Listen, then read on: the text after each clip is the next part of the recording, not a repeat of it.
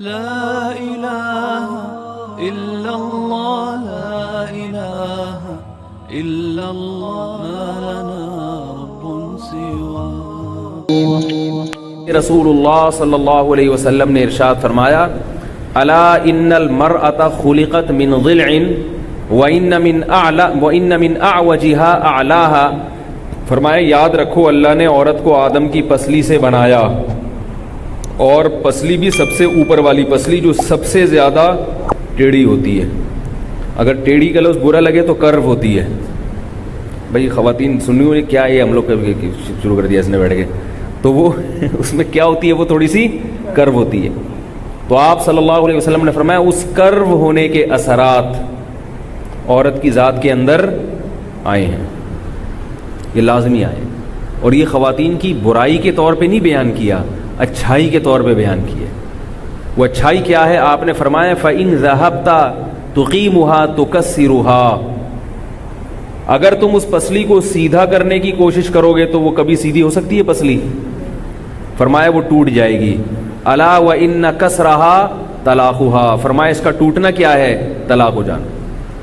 تو اگر تم یہ چاہو گے کہ تمہاری زوجہ ایک دم تیر کی طرح سیدھی ہو جائے، بالکل سیدھے راستے پہ چلنا، خط مستقیم پہ چلنا شروع کر دے، میری ماں سے محبت کرے اس لیے کہ وہ میری ماں ہے اور میری بیوی کی ساس. بڑے بزرگوں کا ایک مقام ہوتا ہے. آئی بات سامنے؟ آپ نے اپنی بیگم کو سمجھایا دیکھو بزرگوں کا ایک مقام ہوتا ہے، ہماری پرمپرا ہے، خاندانی رسم ہے، تمہیں میری ماں کا احترام کرنا ہے. وہ جواب میں کہے شکریہ. یعنی ہر آدمی یہ چاہتا ہے کہ میں جب بیوی کو نصیحت کروں تو ایسا اچھا سا جواب ملے. کہے شکریہ، آپ نے مجھے بتا دیا کہ میں آپ کی والدہ کا اکرام کروں، شریعت کے حقوق بتا دیے، اگر نہیں بتاتے تو خدا نخواستہ میں جہنم میں چلی جاتی. آپ میرے سرتاج ہیں، آپ کا بہت بہت شکریہ. بہنوں کے کیا حقوق ہیں وہ بھی بتا دیں. آئی بات سمجھنے؟ یعنی ہر آدمی کی چاہت یہ ہوتی ہے کہ بیگم کس طرح کی ہو. ابے بھائی ہوتی ہے کہ نہیں ہوتی؟ کہ بھئی اب وہ اگلا سوال خود پوچھے کہ میری نندوں کے کیا حقوق ہیں، یعنی جو آپ کی جو بہنیں ان سے میں نے کیسا سلوک کرنا ہے. یہ پہلی رات میں باتیں ہو رہی ہیں، ان سے میں نے کیسا سلوک کرنا ہے یہ بھی مجھے بتا دیں. اب آپ اس کو بتا رہے ہیں کہ بھئی دیکھو جب وہ گھر میں آئیں تم ان سے پانی کا پوچھو، چائے کا پوچھو، جتنی دیر وہ بیٹھی رہیں ان کے سامنے ہاتھ باندھ کے ادب احترام کے ساتھ بیٹھو. کہ اصل تو اس گھر کی وہ تھی، وہ تو بیچاری رخصت ہو کے چلی گئی. تو جب یہ چیز ملتی نہیں ہے آپ نے اپنی ماں کے حقوق بیان کیے تو آگے سے کھرا سا جواب، ہاں صرف ساس ہی کے حقوق ہیں، ساس پر تو بہو کے کوئی ہے ہی نہیں. جواب یہ ملتا ہے بھائی. آپ نے کہا میری بہنیں جب گھر آیا کریں تو تمیز سے بات کیا کرو. گے پہلے ان کو تو تمیز سکھاؤ. یہی جواب ہو نا، پہلے ان کو تو بولو تمیز سے بات کریں، مجھے تمیز بعد میں سکھانا. یہ جو ہے نا ہم نے یہ گنتی ہمیں پڑھانے کی ضرورت نہیں ہے، پھڈا اسٹارٹ وہیں سے. تو اب ہر آدمی کی خواہش کیا ہوتی ہے کہ وہ خود سیدھا ہو یا نہ ہو. یہ بھی ایک عجیب مصیبت ہے، خود بھی یا تو پورا سیدھا چل رہا ہو نا ہر چیز خود صراط مستقیم پر ہو یا نہ ہو. وہ چاہتا ہے کہ بیوی کیسی ہو، بالکل فٹ فاٹ، ہر چیز میں ایک دم اوکے کی رپورٹ ہو. تو ایسا کریں گے تو بھائی کوئی بھی نہیں آئے گا. یہ ایک ٹرک کے پیچھے لکھا ہوا تھا ایسا کرو گے تو کون آئے گا. تو اس کا مطلب کیا ہے؟ بدن وہ اچھا لگا ہم کو یہ. تو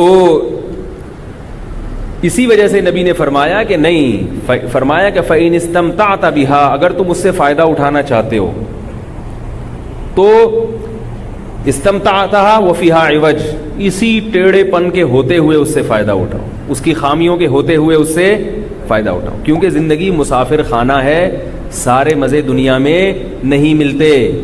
فرمایا اگر اس کو مکمل سیدھا کرنے کی کوشش کی تو طلاق ہوگی، اس کے علاوہ کچھ بھی نہیں ہوگا. اور یہ بھی نبی صلی اللہ علیہ وسلم نے فرمایا یغلبن الکریم ولا یغلب علیہن الا اللئیم. عزت دار آدمی، شریف آدمی بیوی سے تھوڑا سا دبا رہتا ہے. بہت اہم بات ہے، اس کو سن لیں.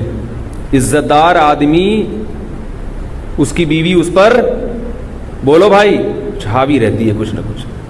ولا یغلب علیہن الا اللئیم، اور عورت پہ پورا کنٹرول سوائے کمینے آدمی کے کسی کا نہیں ہوتا. کیسے عجیب الفاظ، صحیح حدیث ہے. کیوں؟ مکمل قابو میں پانے کے لیے آپ کو بہت زیادہ بد اخلاق بننا پڑے گا. بھائی بیوی پہ آپ کا مکمل کنٹرول ہو جائے نا، ایک دم ریموٹ کنٹرول کی طرح آپ اس کو، بھائی امی کو سلام کرو، السلام علیکم، بہن کی خدمت کرو، جی چائے پیش کرو، جا رہی ہوں. یہ تو ریموٹ کنٹرول والا حساب ہو گیا نا.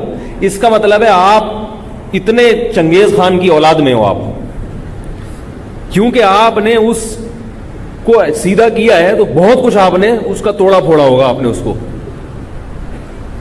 تو یہ کمینہ پن اس لیے ہے کہ کمزور پر اتنا روب جھاڑنا کہ وہ بالکل آپ کے تابع ہو جائے، یہ مرد کی مردانگی اور غیرت کے خلاف ہے.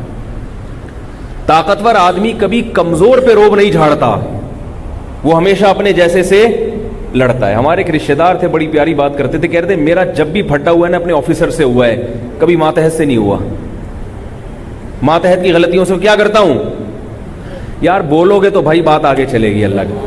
ماتحت کی غلطیوں کو کیا کرتا ہوں درگزر، کیونکہ تو میرے کنٹرول میں ہے نا. ان کو تو میں تھپڑ لگا دوں انتقام نہیں لے سکتے، ان کو میں جاب سے نکال دوں احتجاج نہیں کر سکتے.